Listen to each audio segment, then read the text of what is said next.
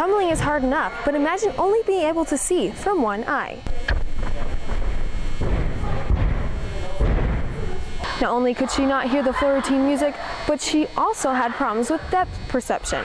There was a huge mound of snow and he was not able to go through.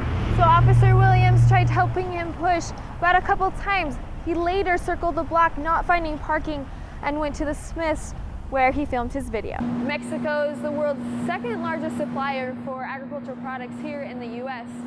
In fact, over the past year, they spent about $4.3 billion in vegetables just like this one. But you don't need to be a YouTube star or part of a choir group to participate.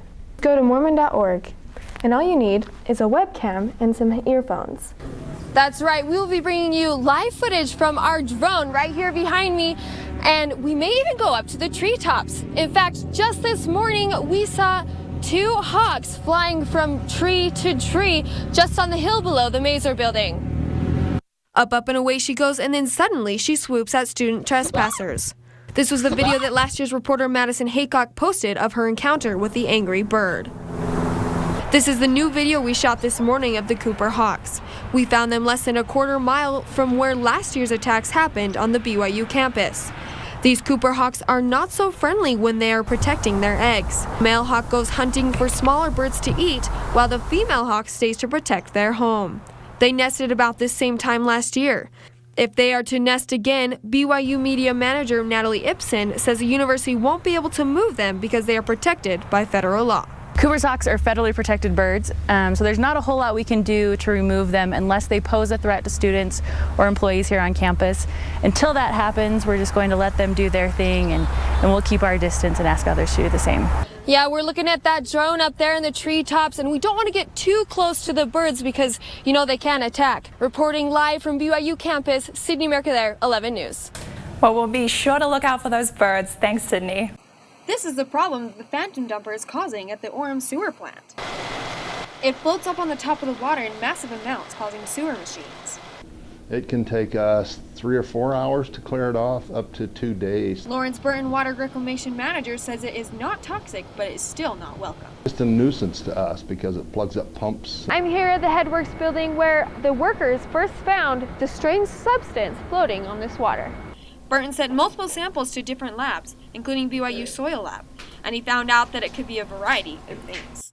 We've had one chemist suggest that it was a byproduct from paint. And the even crazier part is that no one knows who is doing it. But Burton has some leads. He says the sludge usually shows up in the morning on weekdays, leading him to believe It could be a business.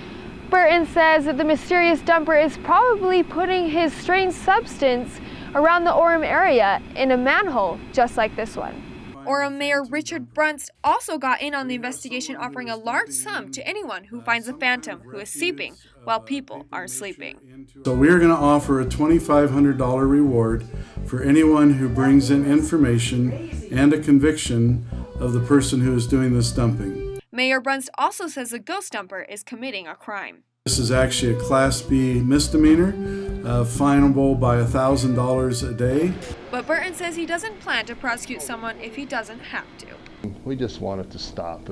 If somebody would come to us and said, "Wow, I'm sorry, I didn't know I was doing that, I won't do it again," we'd give them a hug and say thank you. The Orem Water Reclamation Center receives more than 80 million gallons a day, which it then cleans and sends back out. They later turn all the solids into landfill.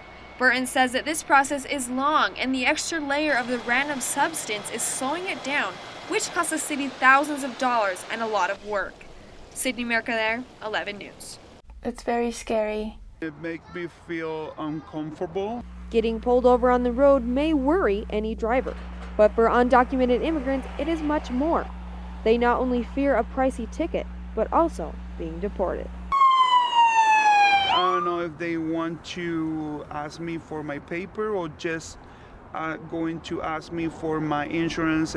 The U.S. Immigration and Customs Enforcement, also known as ICE, has deported more than 82 immigrants from Utah in the past couple months. A recent ICE report shows arrests took place in 22 cities, starting in Salt Lake, reaching all the way to Washington. One immigrant in Provo tells us she's worried the police are seeking out the undocumented on the road. They say, oh, so you don't have papers because you have a privileged car to drive. I talked to Lieutenant Brian Post about this issue. Will or does Provo Police have any involvement with the immigration raids happening right now? We don't ask immigration status. We don't participate in any kind of immigration or custom enforcement raids. That's not what we do. He also says this fear is dangerous. Because these people are then afraid to come forward and report because of whatever their status may be.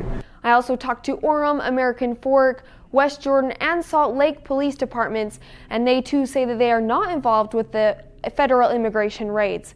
But they do say that if an immigrant is involved with criminal activity that is harmful to the society, they will make those arrests.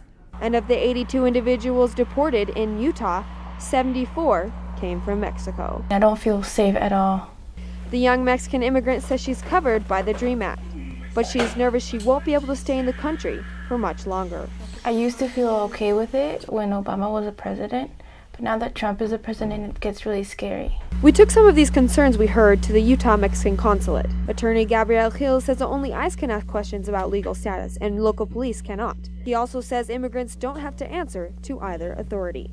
But the local police, it's not allowed to ask you your legal status, but sometimes they do it. So you're not compelled to answer any one of them. Hill says that for those with questions about how to get documentation, prepare for deportation, and work with federal agencies, the consulate offers many informative workshops. Reporting in Provo, Sydnee Mercader, 11 News. She is not your ordinary coach. Amy Pond lives in silence. She is deaf and blind in one eye and teaches gymnastics. She just inspires me.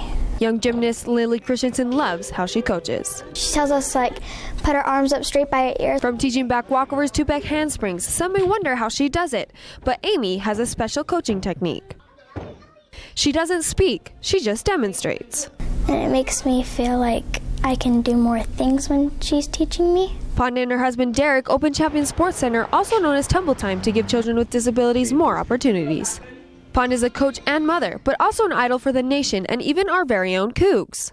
She was a senior in high school when she went to Russia for the 1998 Olympic trials, but a knee injury prevented her from advancing.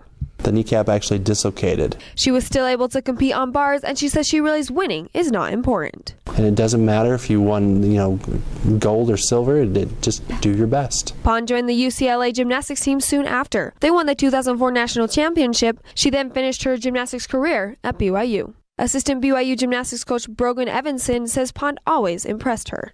You didn't even notice that it was harder for her or that she had things that she had to adjust to because she was just so good.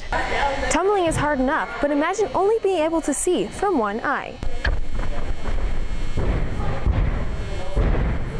Not only could she not hear the floor routine music, but she also had problems with depth perception.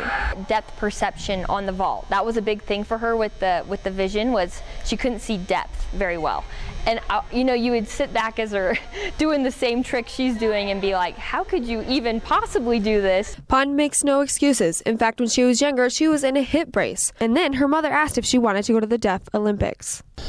And I said, no, I want to go to the hearing Olympics, the regular Olympics. Pond says people doubted her abilities. She kept fighting for her dream. And she had to tell me that I wouldn't be able to take the class. And I thought, why can't I? And my mom said, well, they said because you're deaf. No matter the obstacle, she cartwheeled out of it. Amy has written a book about her experiences to encourage children to overcome their own obstacles. Someday she wants to expand her gym and help other kids with disabilities just like her. In Saratoga Springs, Sydnee Mercader, 11 News. It started with anxiety and depression, and I always had joint pain.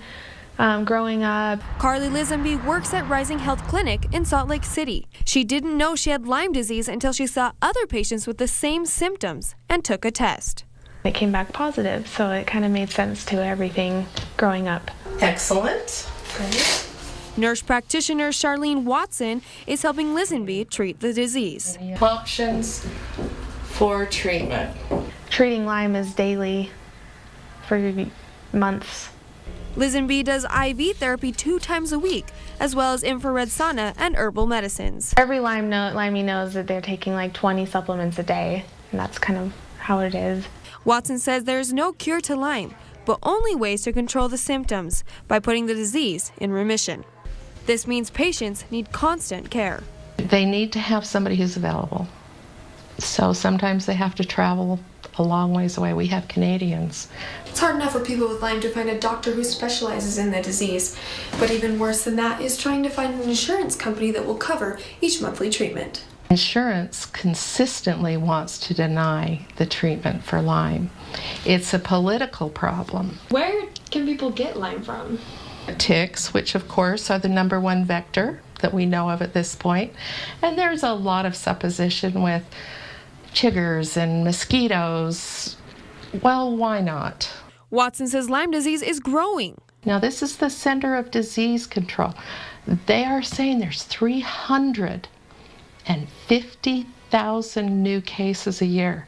That supersedes AIDS, that supersedes malaria. Lyme patients are not alone in their struggle. The Utah Lyme Disease Alliance has a Facebook page where more than 450 members like Lisanne can seek help. Especially with Lyme, people don't understand how it feels unless you have it. So the support group kind of shares everyone else's stories that you can relate to. Lisanne knows she will always live with Lyme. She doesn't know exactly how she got it. She just hopes one day doctors will find a cure. In Salt Lake City, Sydnee, 11 News.